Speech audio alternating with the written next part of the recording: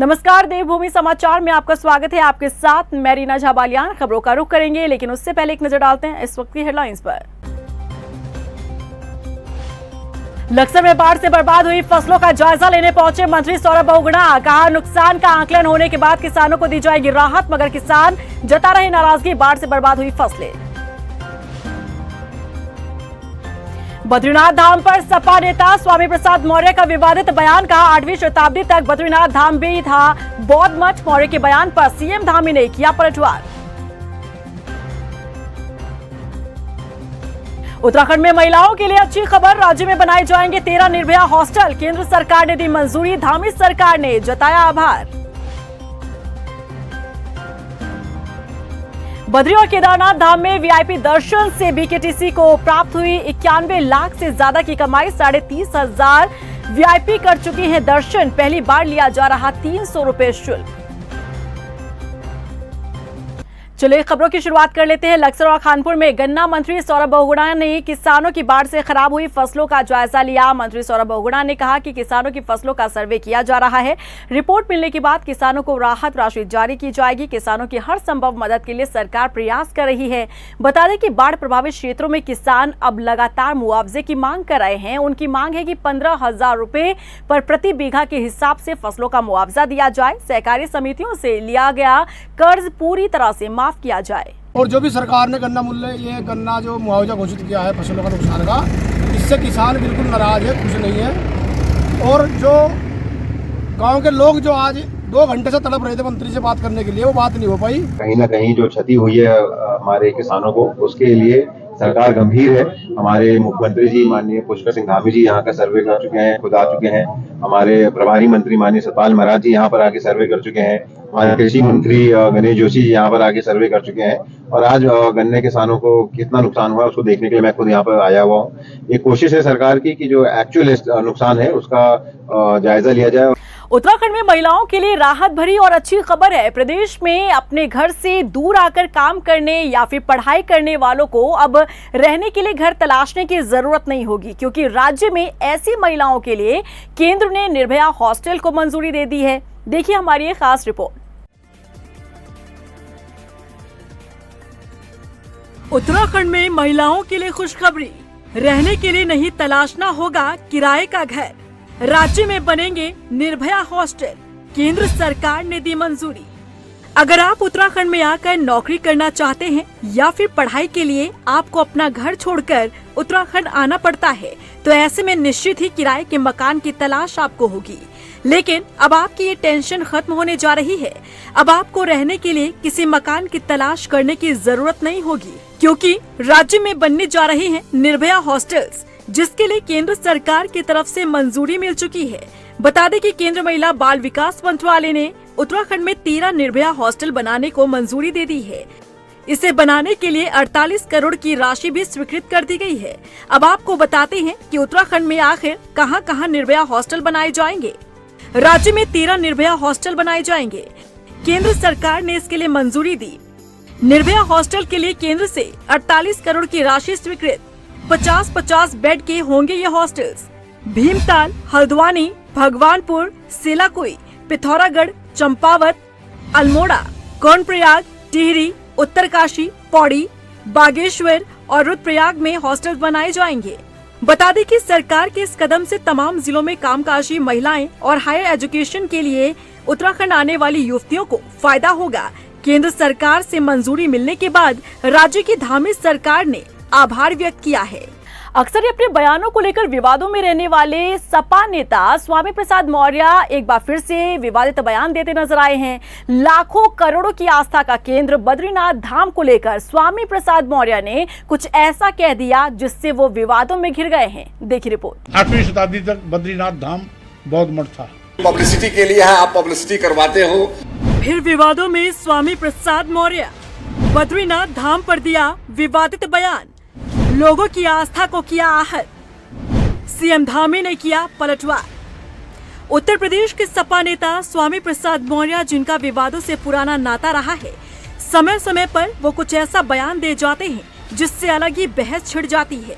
अब इस बार उन्होंने लाखों करोड़ों लोगों की आस्था का प्रतीक माने जाने वाले बद्रीनाथ धाम को लेकर विवादित बयान दे डाला है, जिसके बाद स्वामी प्रसाद मौर्य विवादों में आ गए हैं। दरअसल ज्ञान व्यापी परिसर के ASI सर्वे को लेकर बोलते हुए उन्होंने कहा कि देश के मंदिरों का भी सर्वे कराया जाए। यदि मंदिरों का सर्वे हो तो सामने आएगा कि वो किसी बौद्ध मठ पर बना हुआ है। ज्यादातर पुराने मंदिर बौद्ध मठों को तोड़कर बनाए गए हैं। 8वीं शताब्दी तक बद्रीनाथ धाम भी बौद्ध मठ था। विकिपीडिया भी इस बात की गवाह है कि 8वीं शताब्दी तक बद्रीनाथ धाम बौद्ध मठ था। 8वीं शताब्दी तक बद्रीनाथ धाम बौद्ध मठ था। स्वामी प्रसाद मौर्य इतने भर से ही नहीं रुके। जब इस मामले की आलोचना होने लगी तो इसे और तूल देने के लिए सोशल मीडिया पर पोस्ट शेयर कर दिया। बता दें कि स्वामी प्रसाद मौर्य के इस बयान की हर तरफ निंदा की जा रही है। बद्री केदार मंदिर समिति यानी कि BKTC के अध्यक्ष अजेंद्र जी ने स्वामी प्रसाद मौर्य के बयान को मानसिक दिवालियापन बताया है। देखिए, ये सपा नेता की मानसिक दिवालियापन का द्योतक है। आप जानते हैं कि आदिकाल से बद्रीनाथ जी बद्रिकाश्रम का हमारे शास्त्रों में, पुराणों में उसका उल्लेख मिलता है और उसकी मान्यता रही है। और जिस प्रकार से स्वामी प्रसाद मौर्य जी ने जो बयान दिया है वो स्पष्ट रूप से यह भी प्रदर्शित करता है कि इनकी जो नीति है वो हिंदू विरोधी रही है। और आप जानते ही हैं कि इनका जो चरित्र है वो हमेशा से हिंदुओं के जो मान बिंदु हैं, हिंदुओं की जो परंपराएं हैं, धार्मिक मान्यताएं हैं, संस्कृति है, उन पर कुठाराघात करने की, उन पर चोट पहुंचाने की और उनको किसी प्रकार से उनको दुष्प्रचार करने की। स्वामी प्रसाद मौर्य के विवादित बयान पर उत्तराखंड के मुख्यमंत्री पुष्कर सिंह धामी और पर्यटन मंत्री सतपाल महाराज ने बयान दिया है। महाराज का कहना है कि स्वामी प्रसाद मौर्य को पता होना चाहिए कि सतयुग से बद्रीनाथ धाम है। देखिए, बैकुंठ धाम उत्तराखंड के अंदर स्थापित है और भगवान बद्रीनाथ जी की महिमा के बारे में, उसकी आस्था श्रद्धा के बारे में पूरे विश्व के अंदर लोग यहाँ से आस्था और श्रद्धा रखते हैं। उसके बारे में जिस प्रकार का बयान स्वामी प्रसाद मौर्य जी ने दिया है, उन्हीं की पार्टी के जो सर्वोच्च नेता हैं श्री अखिलेश यादव जी, उनकी धर्मपत्नी डिम्पल यादव जी भी इसी प्रदेश से ताल्लुक़ रखती हैं। वो भली भांति यहाँ की संस्कृति से और बद्रीश धाम के जो महान परंपरा है, आस्था श्रद्धा जिस प्रकार से विश्व के लोगों की वहाँ पर है, उससे वो स्वयं परिचित है। मैं समझता हूँ कि डिम्पल यादव जी को भी इसका जवाब अवश्य स्वामी प्रसाद मौर्य जी को बताना चाहिए। बद्रीनाथ धाम सनातन संस्कृति का बहुत पुरातन मंदिर है, बहुत ही प्राचीन मंदिर है और ये उस समय का मंदिर है जब बौद्ध धर्म नहीं था, महात्मा बुद्ध पैदा नहीं हुए थे, तो सतयुग कालीन ये मंदिर माना जाता है। तो ये बौद्ध मठ हो ही नहीं सकता है क्योंकि उससे पहले का ये था।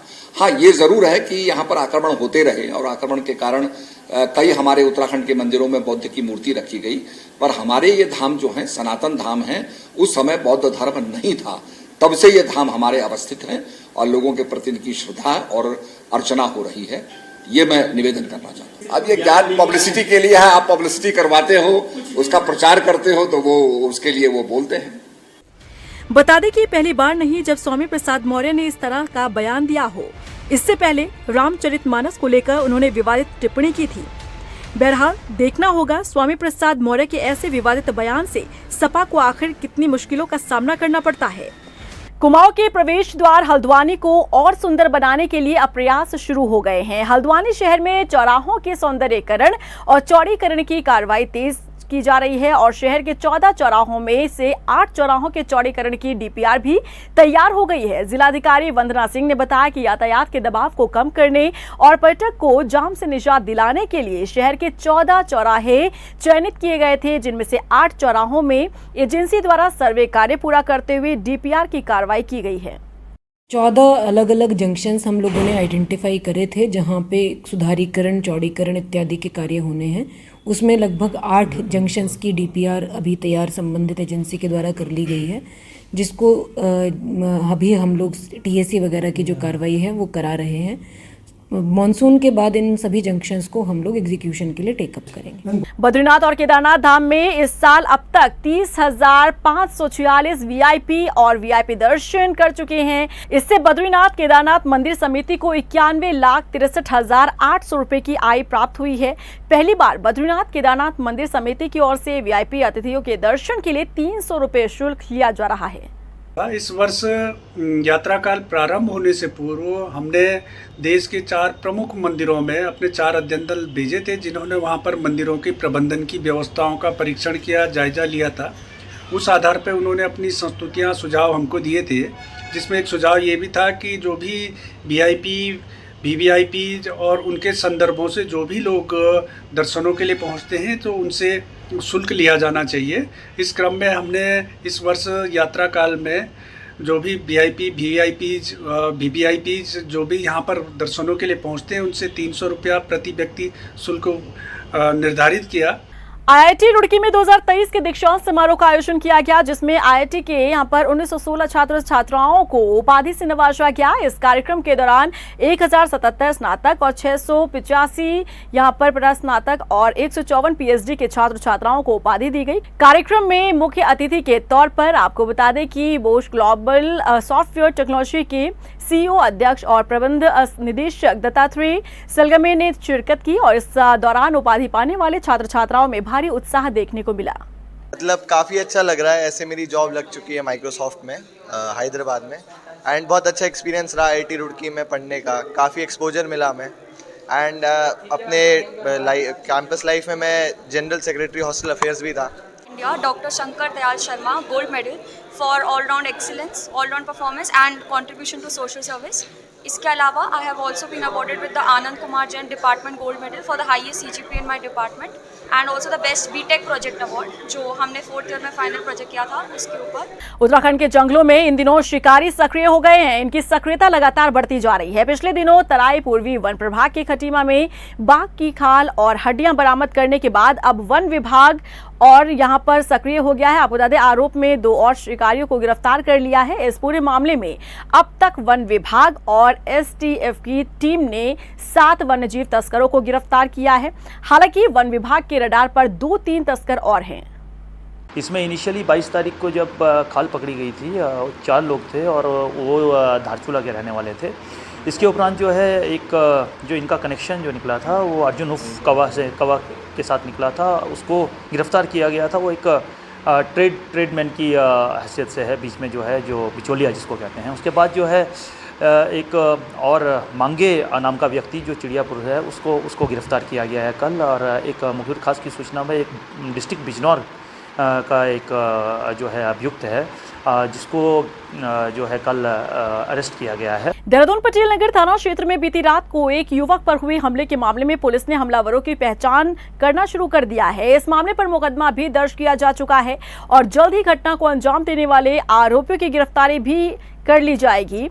बता दें कि बीती रात कॉलेज के दोस्त के साथ घर लौट रहे युवक पर कुछ लोगों ने धारदार हथियार से हमला कर दिया। हमलावरों की संख्या लगभग 15 से 20 बताई जा रही है। हमले में युवक गंभीर रूप से घायल हो गया और उसको इलाज के लिए महंत इंद्रेश अस्पताल में भर्ती करवाया गया। इसमें कल अमन भंडारी नाम के स्टूडेंट के साथ मारपीट हुई थी। उसमें सुसंगत धाराओं में मामला पंजीकृत किया गया। उसमें धरपकड़ हम लोग कर रहे हैं और कुछ लोगों का नेम एफआईआर भी है, कुछ बनाम अज्ञात भी करके लिखा गया है। उसमें सिर्फ जिन्होंने भी मारपीट किया है सबकी अरेस्टिंग होगी, सबके खिलाफ कठोर कार्रवाई की जाएगी। और मैं आगाह करना चाहता हूँ, इस तरह का दुस्साहस जो करेगा उनके साथ हम लोग सख्ती से निपटेंगे और बहुत कठोर कार्रवाई करेंगे। और इसी के साथ फिलहाल इस बुलेटिन में बस इतना ही, लेकिन चलते चलते एक नजर डालते हैं इस वक्त की हेडलाइंस पर।